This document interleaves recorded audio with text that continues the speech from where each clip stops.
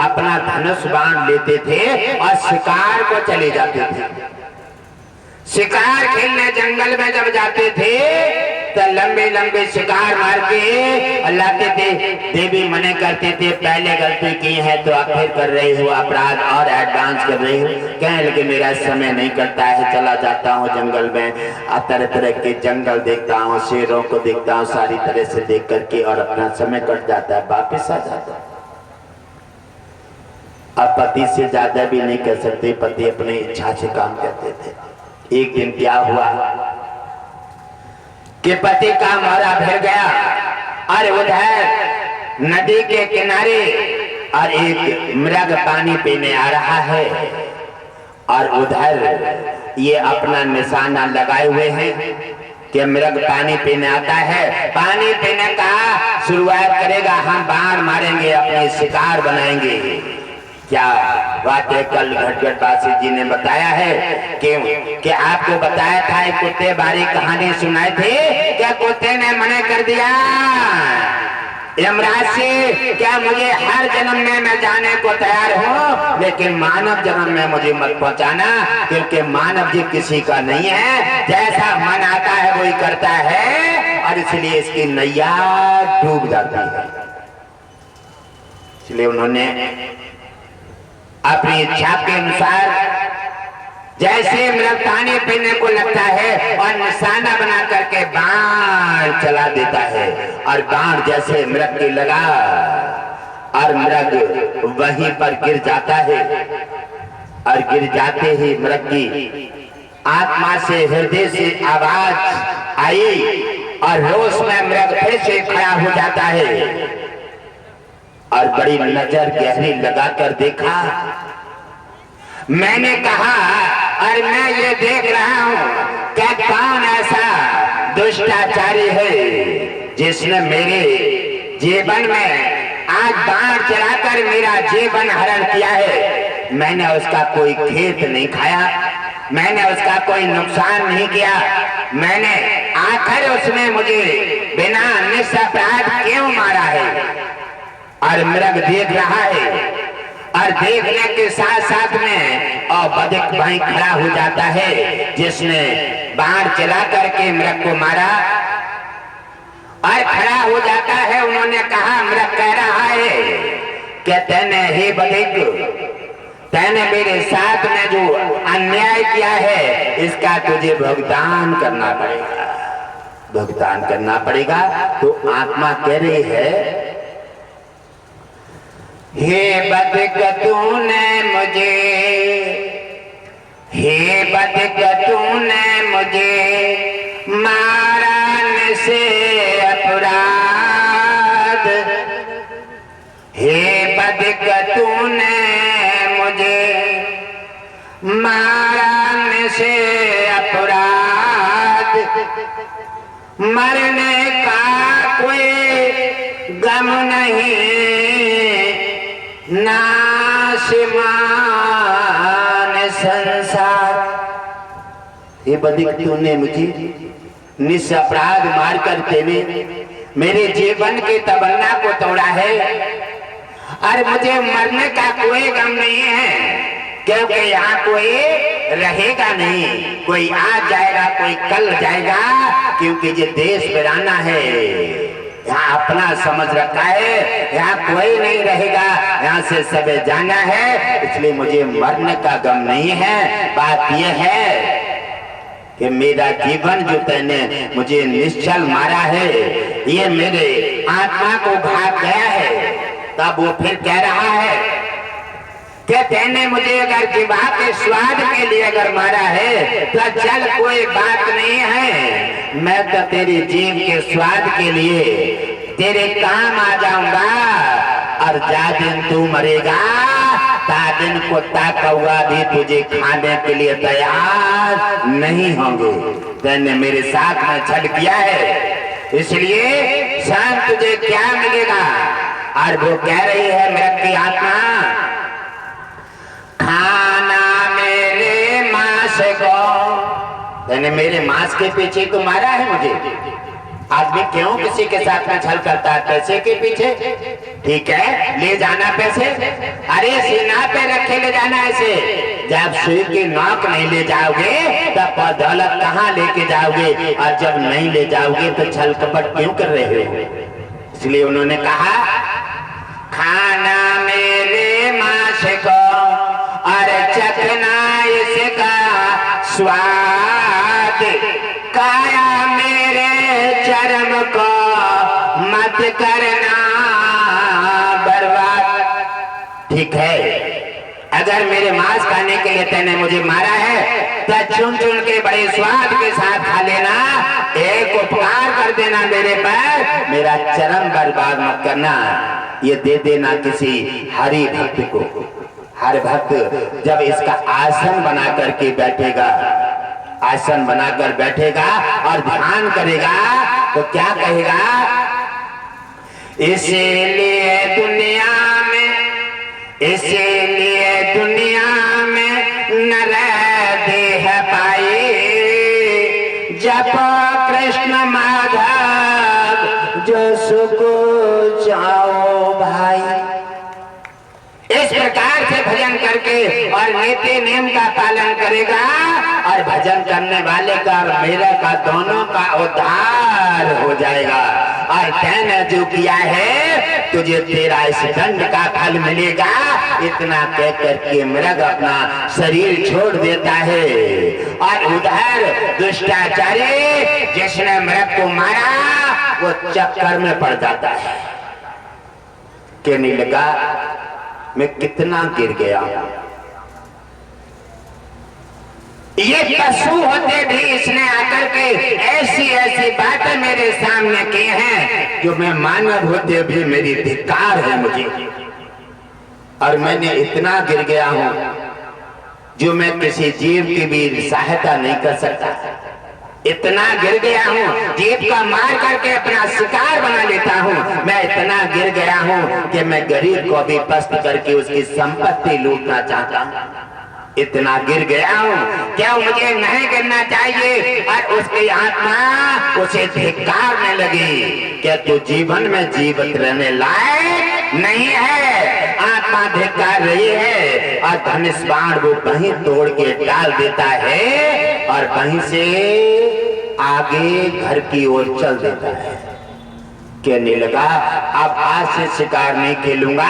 अब बार बार मेरे के आवाज और उसकी बातें उसके दिमाग में घर कर रही हैं, उसका सामना कर रही हैं, बार बार उसके चुभो रही हैं। और वो कह रहा है कि मैं इतना गिर गया हूँ, मैं इतना नीच हूँ, मैं इतना ज्ञान हूँ, मैं इतना दबे हूँ और मैं मानव कहलाने योग्य नहीं हूँ। ऐसा सोचते सोचते और वो अपने घर पहुंच जाता है। और घर जब पहुंचता है उधर उनकी घर से जो लक्ष्मी हैं वो चिड़ियों को चुंगड़ डाल रही हैं, नहला रही हैं। एक क्या कर रहा है, चिड़ियों को पाल रहा है, जन्म दे रहा है और एक निशाना लगा रहा है। एक लड़िया के दो पहिए हैं, एक अपराध कर रहा है, एक पुण्य कर रहा है। घर कैसे चलेगा, घर नहीं चल सकता, घर निश्चित तालाब बनेगा। इसलिए उन्होंने देखा, आगे बढ़ देते हैं और आगे बढ़ करके उन्होंने देखा कि मृग तो मर जाता है और उधर बदेक अपना घर बन जाते हैं। और देवी ने देखा कि प्राणनाथ आ गए हैं और जैसे ही उन्हें देखा तो दौड़ करके दरवाजे पे आ गई। प्राणनाथ का चेहरा उतरा हुआ है, क्योंकि कहीं कोई बात जब चुभ जाती है, आंखें झुक जाती हैं, दिल टूट जाता है, मन चेहरा उतर जाता है और चेहरे की जो प्रकाश और तेज है वो डिब्बी की बांध बुझकर लटक जाता है। बार बार करेंगे प्राणनाथ क्या हुआ है, आप बड़े प्रसन्न चिताते थे और आज तुम इतने उदास क्यों हैं, आज तुम्हें किसने क्या कह दिया है। बार बार कह रहे हैं लेकिन नहीं बोल रहा है। आत्मा जिसके जख्मी हो जाए तो उसकी आंखें नहीं उठती, उसकी जिभा नहीं कुछ जवाब देने को तैयार करती है, क्योंकि आत्मा जख्मी हो गई है। आत्मा बार बार सवाल कर रही है, क्या तुझे धिक्कार है, तू जीने के लायक नहीं है।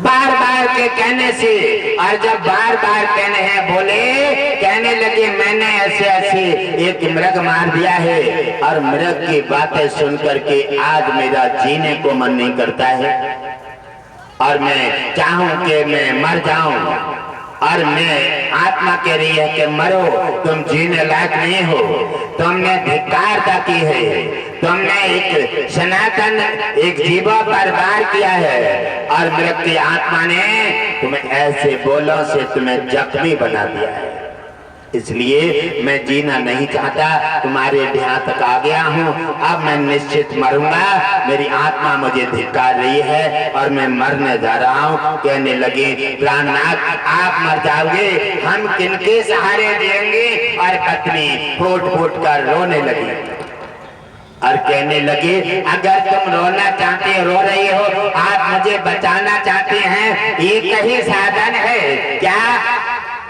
कि मुझे किसी सत्संग में ले जाओ, और कोई मुझे नहीं बचा सकता, कोई वैद्य नहीं, कोई डॉक्टर नहीं मुझे नहीं बचा सकता। अगर सत्संग बढ़िया संत का मिल जाए तो सत्संग में मुझे ले चलो, और वहां सत्संग सुनूंगा और गुरु की शरण में पहुंच जाऊंगा, तो वहां यमराज भी पासा पलट जाता है, यमराज भी वापिस चला जाता है, मेरी संदेह निकल जाएगा, और सत्संग सुनूंगा, दान पुण्य करूंगा, सेवा करूंगा, वहां मेरा समय बदल जाएगा, और तब मैं जीवित रह सकूंगा, वरना मैं मर जाऊंगा। देवी कहने लगी हे नाथ, अगर आप ऐसा कहते हैं, अब ये 100 बच्चे हैं, ये कहाँ छोड़े, 100 बच्चे हैं कहाँ छोड़े, और दोस्ती किनकी होती है आप जानते हैं, दोस्ती पीने वाले की पीने वाले से होती है, जुहारी की जुहारी से होती है।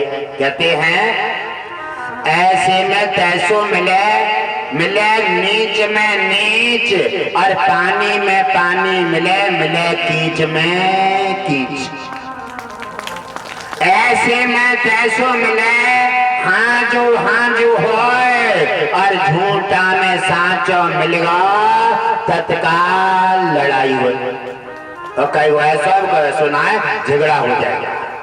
अच्छा और बुरा कभी एक जगह नहीं रह सकते, कहो कहा विष्णु कैसे निभे, कहा विष्णु कैसे निभे, केर बेर को संग, और चंदन विश्व व्यापत नहीं, लिपटे रहे भुजंग, चंदन पर सरफ लिपटे रहते हैं, लेकिन विश्व से कोई चंदन का पेड़ मतलब नहीं रखता है, और उसे चंदन को साधु संत अपने माथे पर लगा करके इसे शोभित होते हैं।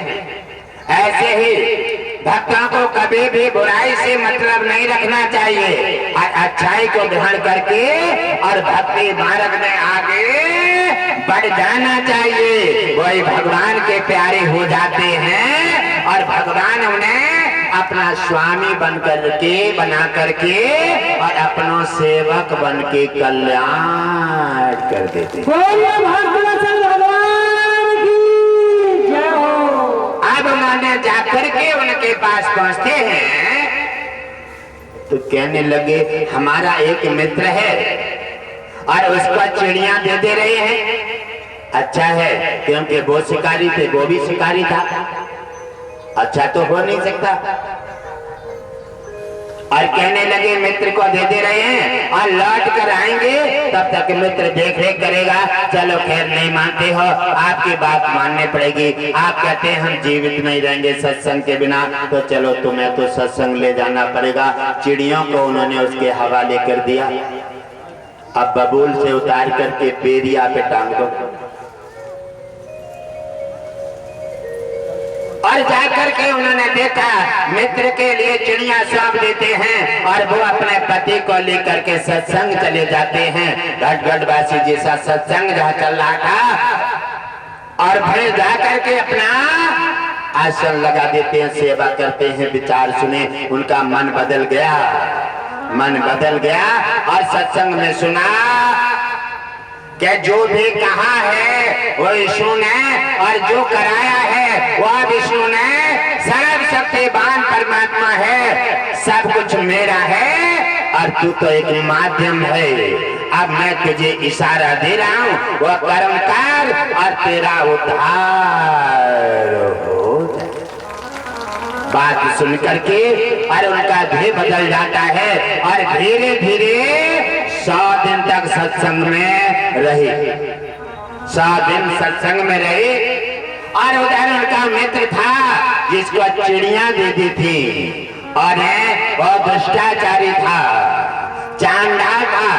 उसने क्या सोचा, कहाँ जाओगे शिकार खेलने, बड़ी किस्मत अच्छी है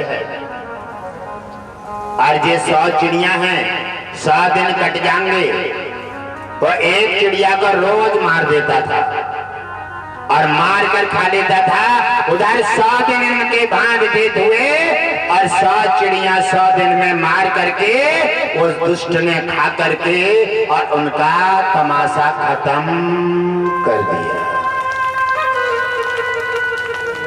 उधर 100 दिन पूरे होते हैं और वो लौट कर घर आ जाते हैं और जैसे देवी ने देखा कि मुझे बच्चों को देखे 100 दिन हो गए हैं और देखे तो चिड़िया नहीं, हड्डी और पंख दिखाई दे रहे हैं।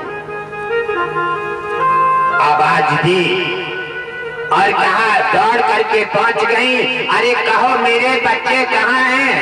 अब चांडाल ने इतना गलती की, नजर उठ रही है, न जवाब मिल पा रहा है। बार बार उत्तर मांग रही है लेकिन कोई उत्तर नहीं मिल रहा है। उसे कहा कि बच्चे मेरे कहाँ हैं? आज जब उसे धचकरा दिया तो धीरे से ने बोला, मैंने तुम्हारे 100 दिन में 100 बच्चे खा लिए, एक एक बच्चा रोज खा लेता था और मेरा आहार बन जाता था, इसलिए मैंने बच्चे खा लिए। अब बच्चे जिंदा कहाँ रखे? जैसे सुना सुने तो ऐसे लगा जैसे लाखों बिच्छू एक साथ डंक मार देते हैं, जैसे अग्नि का पेट्रोल मिल जाती है और जैसे शेर को शिकार, लाल अंगारा हो गई। अब गुस्सा बेकाबू हो गई। क्यों? एक तो संतान नहीं थी और संतान का अपना साहस पूरा करने के लिए, समय काटने के लिए बच्चों को अपना परिवार बनाया, लेकिन इस दुष्ट ने मेरा ये भी परिवार उजाड़ दिया। इसलिए शांत नारी का क्रोध जब अपना हद पार कर देता है तो नारी के जिह्वा पर भगवान विष्णु और सरस्वती का निवास हो जाता है। तत्काल नारी क्रोध में आ जाते हैं और कहा, हे दुष्ट पापाम पापी, तैने अनन्य अपराध किया है।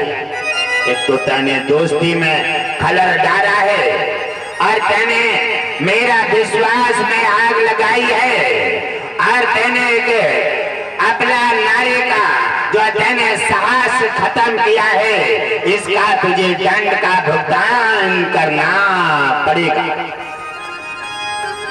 अबला नारी कह रही है, हे दुष्ट सन, मैं तुझे श्राप दे रही हूँ और ध्यान देकर के सुन, तेरे पुण्य पिछले अच्छे हैं, अनपुण्य के कारण तू आगे जाकर के राजा तो अवश्य ही बनेगा और लेकिन मैं तुझे श्राप दे रही हूँ, राजा तू बनेगा लेकिन जन्म से ही दोनों आंखों से अंधा होगा।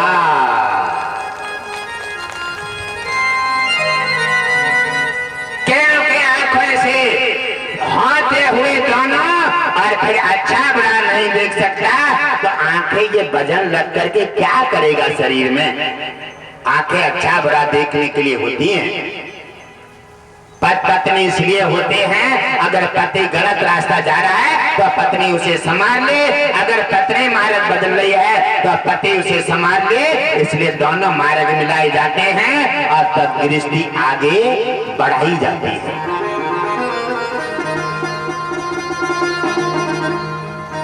और उन्होंने कहा तो दोनों आंखों से अंधा होगा। क्योंकि इस समय इस जन्म में तेने ये आंखें दोनों होते भी इतना बड़ा अपराध कर डाला, तो पाप और पुण्य नहीं समझा तो क्या करेगा, क्या करेगा इन आंखों का। इसलिए जन्म तो लेगा, राजा बनेगा, दोनों आंखों से अंधा होगा। और शान अभी मेरी क्रोध शांत नहीं हुआ है, आंखों से अंधा होगा। और ये चिड़िया तेरे धाम 100 पुत्रों में जन्म ले लेंगी, ये चिड़िया तेरे जहां 100 पुत्रों में जन्म लेंगे। जे ही तेरे 100 पुत्र बनेंगे और जिस समय महाभारत का युद्ध होगा उसी समय तेरे 100 के 100 मरे महाभारत के युद्ध में पड़े होंगे। तादिन तू हाथों से टटोएगा, लेकिन तू आंखों से देखने के लिए तुझे आंखें नहीं मिलेंगी। अबला नारी ने अश्राप दे दिया और वो ही जाकर के धृतराष्ट्र बने हैं। धृतराष्ट्र वही बने हैं, उन्हीं के धृतराष्ट्र के 101 कौरवा वही चिड़ियाओं ने जन्म लिया। और धृतराष्ट्र का ही हुआ दुर्योधन। बबूल पे बबूल आता है, दुर्योधन हुआ। और जैसे धृतराष्ट्र के विचार थे और वैसे विचार दुर्योधन के हुए। और दुर्योधन का महाभारत जब आरंभ होने लगता है तब विचार होने लगे। और भगवान मुरली मनोहर ने सोचा कि युद्ध ना हो तो अच्छा है, युद्ध का परिणाम बहुत खतरनाक भयंकर होता है, इसलिए चलो समझा के देख लेते हैं। ज्यादा नहीं 5 गांव दे करके और बंटवारा कर लो, लड़ाई ना हो तो अच्छी बात है। लेकिन जिसके मुंह से खून लग जाता है, जिसका पारा चढ़ जाता है और या तो मर के देगा ऐसे, या फिर गर्दन पर पैर पहुंच जाए तब देगा, ऐसे देने वाला नहीं है। भगवान कृष्ण जी शांति दूत बन करके पहुंच जाते हैं। और जब जाकर के उनके यहाँ पहुंचे और दुर्योधन ने देखा कि भगवान कृष्ण आ रहे हैं और बड़ी बड़ी अच्छी मेवा फल और बड़ा बड़ा साधन इकट्ठा कर लिया। हो सकता है मेवा से और फल खाने से हमारी बातों में आ जाएं, हमारे पक्ष में आ जाएं, और पक्ष में आ जाएंगे तो फिर पूरा राज्य हमारा हो जाएगा और कारवां को भजा करके छुट्टी कर देंगे।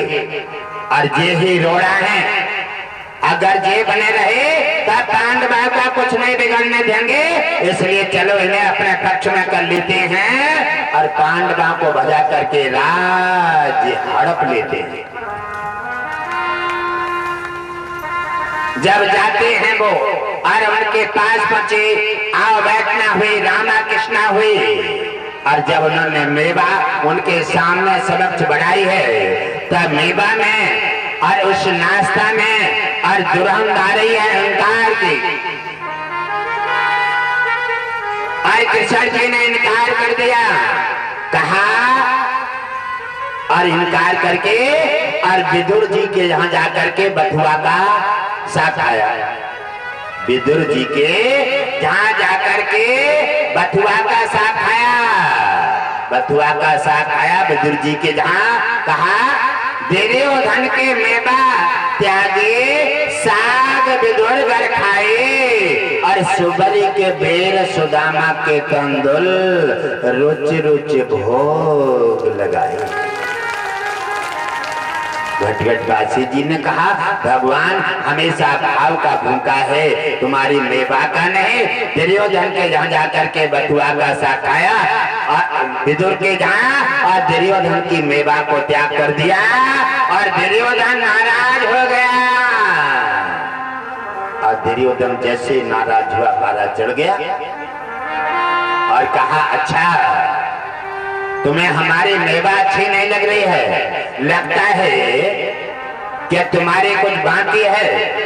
अरे अपने सहयोगियों को इशारा दिया, गेट बंद कर लो, गेट बंद करो और लाठी डंडा निकाल के लाओ। अब ये राजी से न माने, अब राजी से न माने, अब कुराजी से मानेंगे। इन्हें लाठी डंडा लाओ, गेट बंद कर लो और मार करके इनका खात्मा कर देते हैं। पांडवन को मारकर भजा देंगे, ना रहेगा बांस और न बजेगी बांसुरी, बातें खत्म हो जाएगी। आ जाओ, देर मत करो। और सभी लोग आ जाते हैं, गेट बंद कर लेते हैं। और उधर मुरली मनोहर ने देखा, ये क्या हो रहा है, हम शांति दूत बन के आए हैं, यहाँ तो हमारा इंतजाम होगा।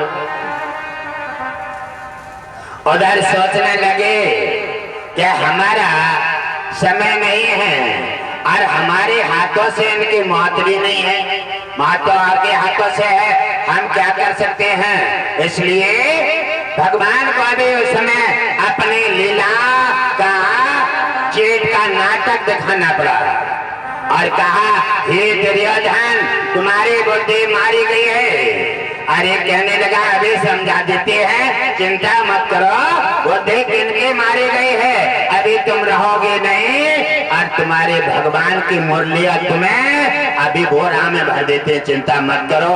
कहते हैं, विनाश काल विपरीत बुद्धि, आफत काल मर्यादा नास्ते। अहंकार बुद्धि को मार देता है, लालच में बुद्धि भ्रष्ट हो जाती है, लालच में अहंकार में बुद्धि भ्रष्ट हो जाती है और भ्रष्ट बुद्धि हमेशा उल्टा रास्ता बनाती है, जिससे अपना ही स्वयं का विनाश हो जाता है। मुरली मनोहर कहने लगे, मेरे हाथों से तेरी मृत्यु नहीं है, इसलिए मैं तुझे नहीं मार सकता, लेकिन अब चिंता मत कर, महाभारत निश्चित होगा और तुम्हारा निश्चित विनाश होगा। आज से लड़ाई निश्चित होगी, महाभारत में युद्ध होगा और तुम्हारा कौरवों का निश्चित नाश होगा। इतना कह करके भगवान मुरली मनोहर ने और ध्यान किया अपना चक्र का। उसी समय अपना विराट रूप दिखाया, विराट रूप धारण किया है। सब संसार पूरा विश्व उनके मुंह में जा रहा है और मुंह में निकल रहा है, मुंह से प्रवेश हो रहा है। अब जैसे देखा विराट रूप का देख और दुर्योधन की आंखें बंद हो गई, सभी इधर उधर गिर गए और इतनी देर में मुरली मनोहर वहां से निकल के अपनी जगह चली जाती हैं, अपना रास्ता बदल दिया और जाकर के मीटिंग की और महाभारत की तैयारी हो जाती है। विनाश स्वयं किया। जब लालच में आकर के दूसरे के संपत्ति पर नजर लगाओगे, बार बार किसी को परेशान करोगे, दूसरे की संपत्ति को अपना बनाओगे और जब तुम्हारा विनाश होगा तो दोष भी दूसरे पर लगाओगे। इसलिए अपराध करने का मेला है। निश्चित महाभारत हुआ और उनका पतन हो गया और जैसे धृतराष्ट्र ने कारनामा रखी, हमेशा दूसरे की संपत्ति, दूसरे की चिड़िया मारने का और उन्होंने साहस किया, वैसे अबला नारी का असरा पूरा हुआ। महाभारत में 101 पुत्रों का जन्म हुआ और 101 की महाभारत में मारे गए। धृतराष्ट्र ने जाकर के महाभारत के युद्ध में रो रही है, आंखें नहीं है, टटो टटो के देख रहे हैं और रो रो करके रोग विधान मचा रही हैं। ऐसे ही रोते हैं, दूसरे का घर बिगाड़ने वाले का घर स्वयं बिगड़ जाता है।